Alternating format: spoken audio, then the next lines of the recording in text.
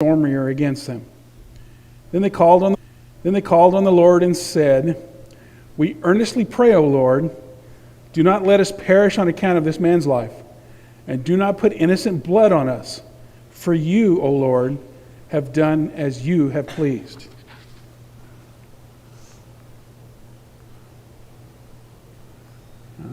There we go.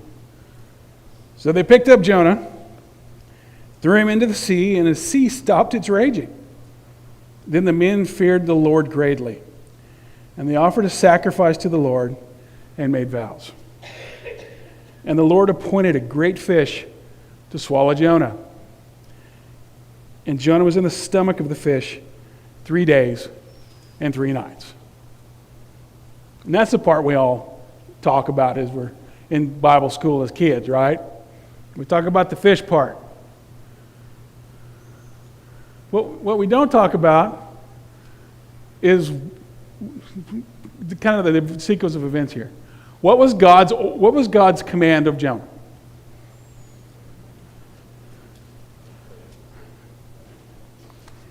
He was supposed to do what? Go to Nineveh. Why Nineveh? It was an evil, evil city.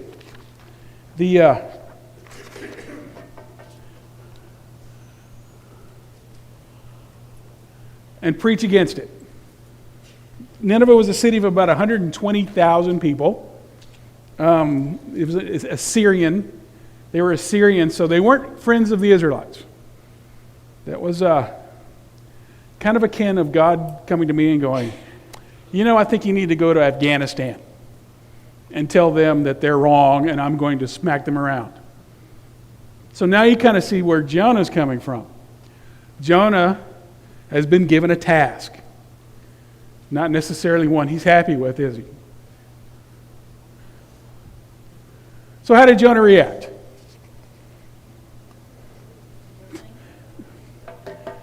He literally said, "Thank you, no." So, what did he do? He caught a boat and headed to Tarshish. And I couldn't help but laugh last night because, my wife's teaching about Paul, and we talk about Tarsus. Well, now we're talking about Tarshish. So, sounds like I'm saying it with a lisp. But Tarshish was the exact opposite way from Nineveh.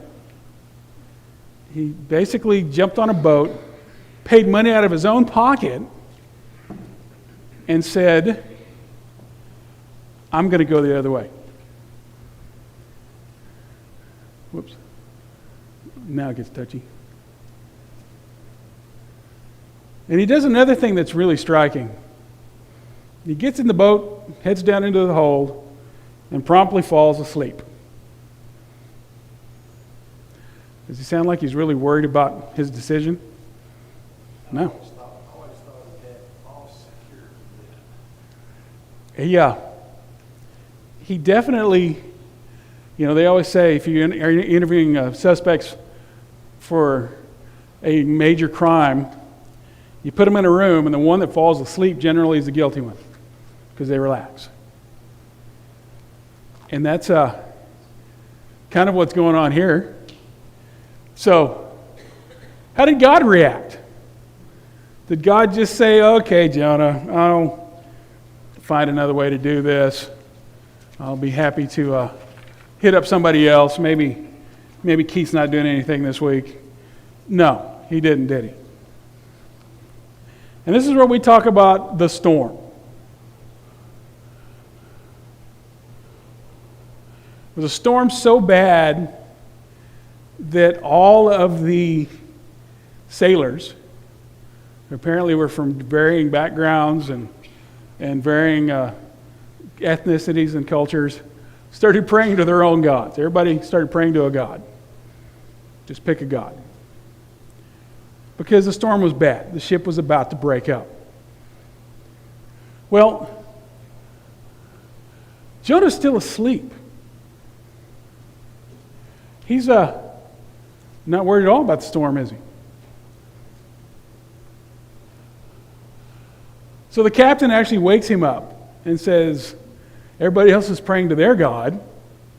Can you please pray to yours? Thinking being, let's just get all the gods involved here. Surely somebody can fix this, right?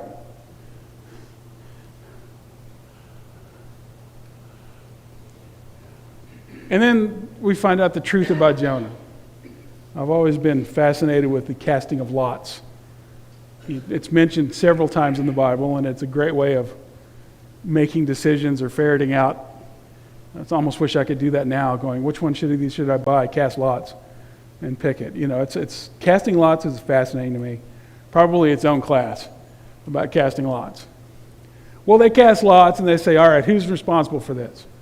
And of course, Jonah is the winner. Or the loser, depending on how you look at it, right? Well, Jonah had also told them about why he was there. I guess when he got on the boat, he's saying, I'm going to Tarshish because God wants me to go to Nineveh, and I don't want to do that. So now they knew that as well, right? So now Jonah knows, you know what? This may be because of me. This may be because of me. So, to his credit, I guess, he goes, you know what? If you throw me out of here, I think you'll be okay. Now, how did the sailors react to that? Did they just go, okay, pick him up and toss him?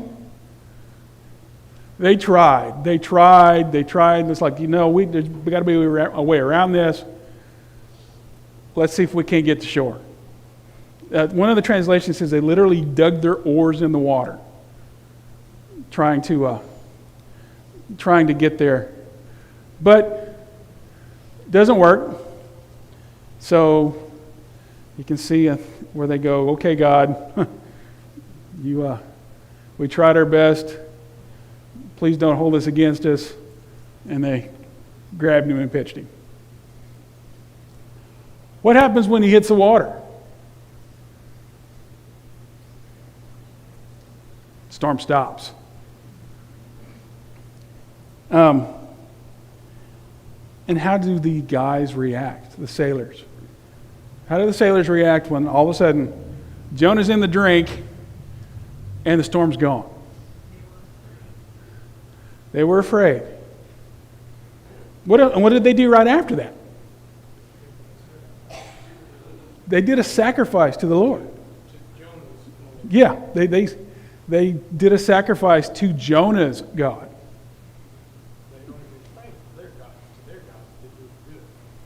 So now everybody in this boat is unified, aren't they?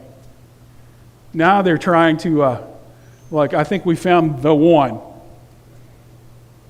And did sacrifices and prayed. And so, again, something good comes out of this, right? Now, the part about the big fish is the part we all love to tell, like in Vacation Bible School and Bible class, and it's fascinating how he gets swallowed by the fish and how that all works out. So we're concentrating on chapter 1 today because it's the pushing back on God, right?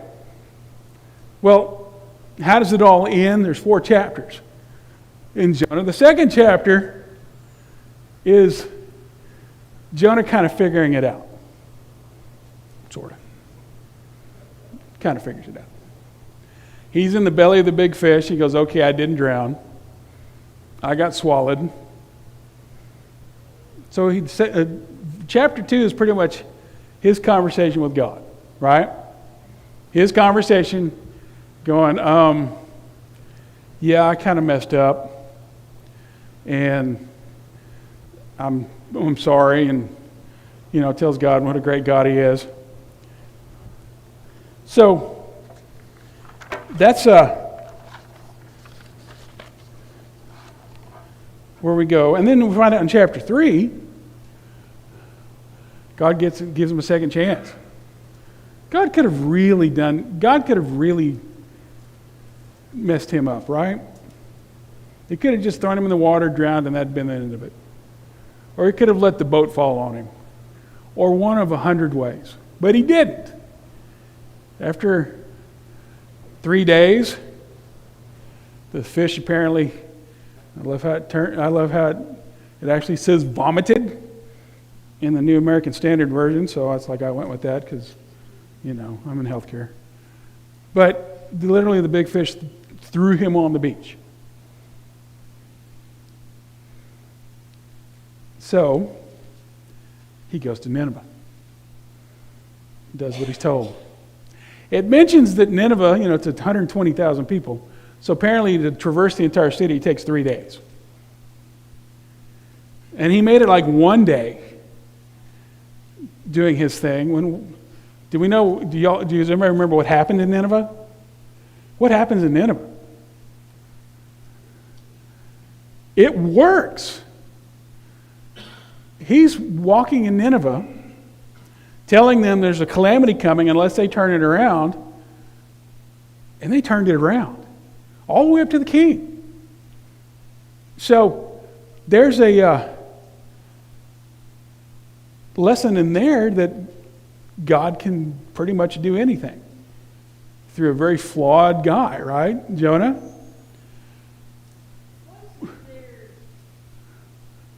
How much of Nineveh heard in the story of Jonah? Was there any I wonder. mention? Because you got a whole ship of people that see the sea is calm after he's gone, the big fish swallows him. So that itself was miraculous in that it instantly calmed. Mm-hmm. So these people will go back and go, and his God, bam, cleared the waters. Yeah, we don't know the time lag between when he got spit out of the fish and actually went to Nineveh. Now, we do know that God had done this several other instances, like with Ezekiel and with Jeremiah. When he said go, he meant now. He didn't mean when you feel like it or when the tide's better, or he meant now. And with Jonah, he meant now. But you're right, there's probably, at least there's a little bit of an urban legend going about Jonah, going when he got pitched in the water. Next thing we know, he's washing up on shore from a calm sea 3 days later. But we do know it took 1 day. So basically, he'd only hit a third of the town. And already they were turning it around. So, to Jonah's, perhaps to his great surprise, the very end of chapter 3, God decides to do what? What does God decide to do? Because they turned it around. To not rain down the calamity that he had promised. So, for the second time, we see Jonah's spiritual immaturity. How does Jonah react to that? He gets mad. What did he say? Mad to the point of I would rather be dead than to see these people let off the hook. Because remember, he didn't like them. He didn't think they deserved it. But he did what God told him to do. And actually, when he shows that spiritual immaturity and he gets mad at God, he basically tells God, I told you were going to do this. I knew you would do this, right? He pushes back again. And basically says, I'm just going to park myself outside the city and watch what happens. And again, God teaches him a lesson. It's while he's sitting out there in the heat. It's hot.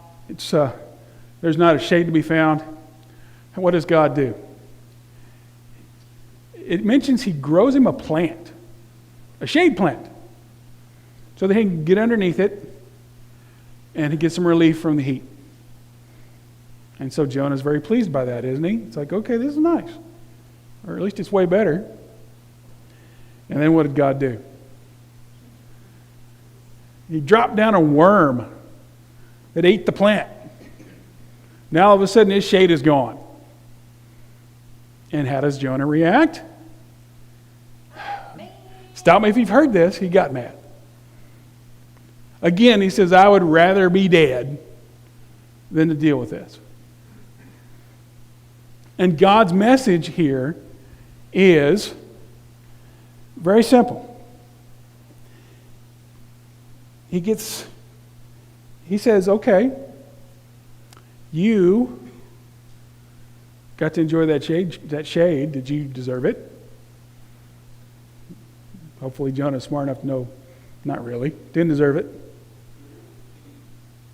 So, God's point is, did the people of Nineveh deserve it? Do any of us deserve it? I mean, can we earn it? Is that something we can check our boxes and get? No.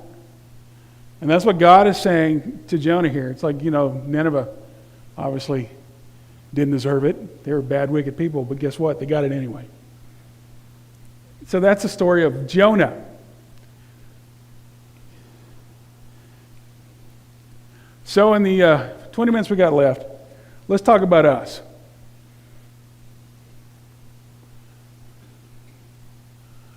So why did Jonah push back on God? Here's some things I came up with. The people of Nineveh, they were Syrian, they were evil. They killed a lot of Israelites. I mean, they weren't nice people. And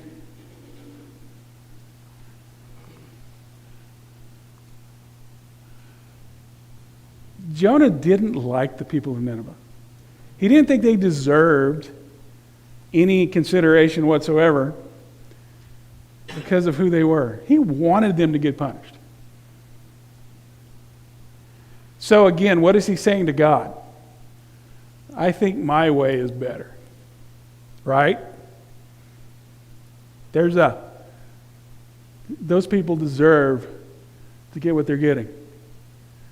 And this is where we see Jonah actually being spiritually irrational. That's a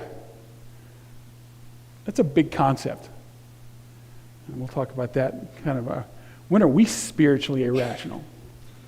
Because it still happens. Other times when I get there.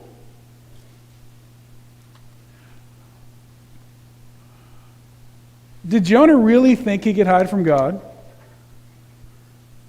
Did Jonah really think, I'm going to get on this boat, I'm going to go that way, when he wants me to go that way, then I'll be able to get away from him? We all think we can do it every day. We do, don't we? He won't notice. We can, just this little thing. It's always this little thing. He won't notice. It's just a little thing. Well, in this case, it wasn't a little thing, was it? He'd been given a direct order. And went the opposite direction. So why do we push back on God? Let's talk about that for a minute or two. Why do we push back on God? Because we want to do what we want to do. Selfish and convenient. A lot of times, growing up, when my dad would come up to me and go, I need you to go get in that truck with your Uncle Rex. And he's got some hay he needs put in the barn today. It's 100 degrees. Did I want to do that? I certainly did not want to do that. But after a while, fear of reprisal kicks in, and you get in that truck. But you push back. Even little things, like I don't want to go to the store, even though I need to get something. I'll just do without. Well, God does that a lot now. This thing's touchy. No. All right, just going to be one of those days.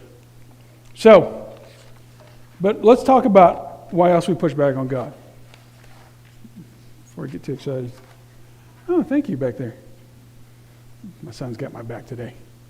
Probably kind of like the Israelites, the Hebrews, they were chosen by God, so they felt like they could probably do no wrong. And so they had no reason to necessarily comply anymore because they were God's chosen people. It was good for them.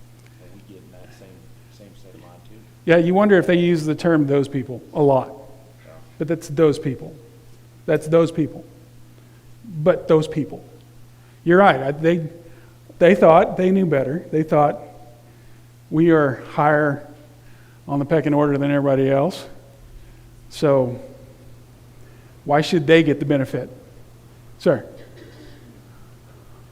think one of the things we kind of miss with Jonah is he's afraid of these guys, and for very Mhm. for good reason probably. You know, he's familiar with like his contemporaries, be like Amos, Hosea. You know, he knows they're right, and like he knows that like, hey, this is going to be these people are going to end up being my people's undoing, right? They're going to invade, and you know, these are he's not a you know they're bad guys. Yeah. They're bad. He's afraid. He is afraid of them. And when Yeah. and again for good reason, like they ultimately end up. I mean, and the fears would be justified. They eventually do sweep in and tear it up. It's easy with the behind, you know, Exactly. side of being on the other, you know, on the right side of the timeline of what goes on here. But like, man, these, you know, this Assyrian Empire is breathing down their neck. These are mean people with a different set of gods and play by a different set of rules.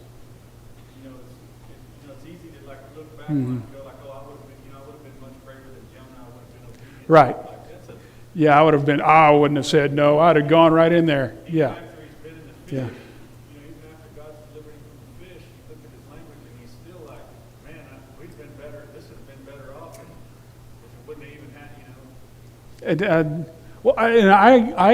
My analogy in my head is if God says, I need you to go to Kabul, Afghanistan.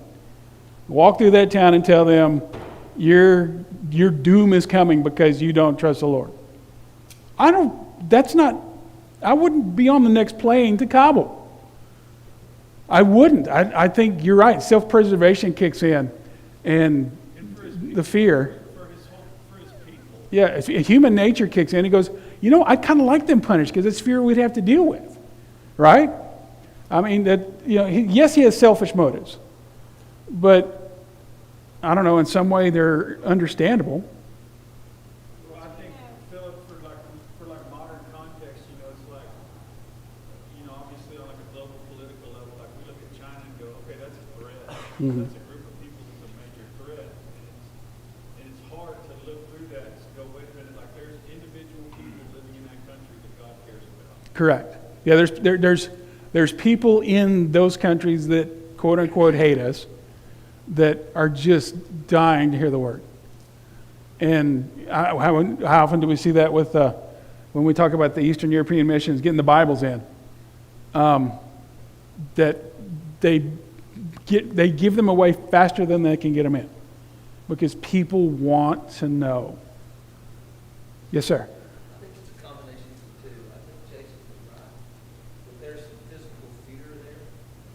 But I think also you can't miss the spiritual the true spiritual undertone of this. I think not only was he afraid physically for himself, for his nation, he was also afraid that they would listen and that they would be saved from this, right? So so what Jason said too, that there are individuals in China, in Afghanistan, in wherever. Right? Yeah. In this country. It's not just individuals, it's every single person in the world that God cares about and wants to come back. So that salvation, the 3 days in the fish, the 3 days, that's a big deal, the 3 days, right? I mean, Right. who else was in the belly for 3 days? Jesus, right? And in that death, in that resurrection, Mm-hmm. the entire world is saved if they believe it, right? So I think there was some fear, and like we said, that we are God's chosen people, right? And they wanted to remain that. They wanted to remain that. He was afraid too that they would actually listen and be saved and come to know God. Because what was his reaction when they did listen? He basically said, I told you this, God. Yeah. Historical history of Judaism is they are God's chosen people and only them Right. in that group. So want other countries. They didn't. They didn't want to. They didn't want to share. They didn't want to share their toys. So, Philip, yes, ma'am. so There you are. throughout time, man's hubris Hmm. when dealing with God has always been and will always be that which separates us from heaven. If we don't see God Mm-hmm. from kneeling on the ground and saying, "Thy will be done." That kind of sums it up in one right there. You know, we get in our own ways. And so we got 10 minutes. So I want to hit these real quick. I came up with 6 things, 6 undeniable truths we can learn from this. So when we push back on God, point number 1 is we can't run from Him. We cannot run from Him. God telling Jonah to go to Nineveh was not a request. It was a command. And Elijah was sent, Jeremiah was sent, as I mentioned earlier. And when God said go, He didn't mean when you feel like it. He meant right now. Pack up your stuff and go. So, you know, Jonah wasn't acting rationally. Was he afraid? Was it bias? Was it hubris? Probably yes to all of the above, right? And did he think he knew more than God? Do we think we know more than God sometimes? Yes, but he doesn't know this part. He just doesn't understand. Yes, he's just got bigger fish to fry. It's not as, it's a,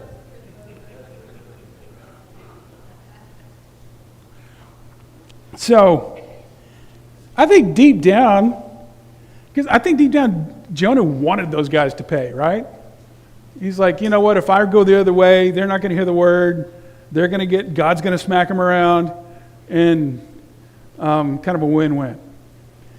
And of course, we know at the end of the day, we see God's mercy too, don't we? Yes, we can't run from Him, but like I mentioned, what did He do with Jonah? Other than He saved him with the fish, He found him even in the belly of the fish, and gave him a second chance. And even in chapter 4, He teaches him another lesson when he decides to get mad because God didn't do what He said He was going to do the first time. Because God said, okay, you've done your part, I'll do mine. Next is our actions will affect others. Jonah wasn't bothered by his actions because that was evidence of him falling asleep. And the parallels with Jesus here are, there's at least those 2, right? Falling asleep in the middle of a storm in a boat, and then the 3 days. And actually Matthew, Jesus harkens back to that, going, just like Jonah was in the belly of the fish 3 days, 3 nights, so will the Son of Man be in the tomb. So everybody knew this story.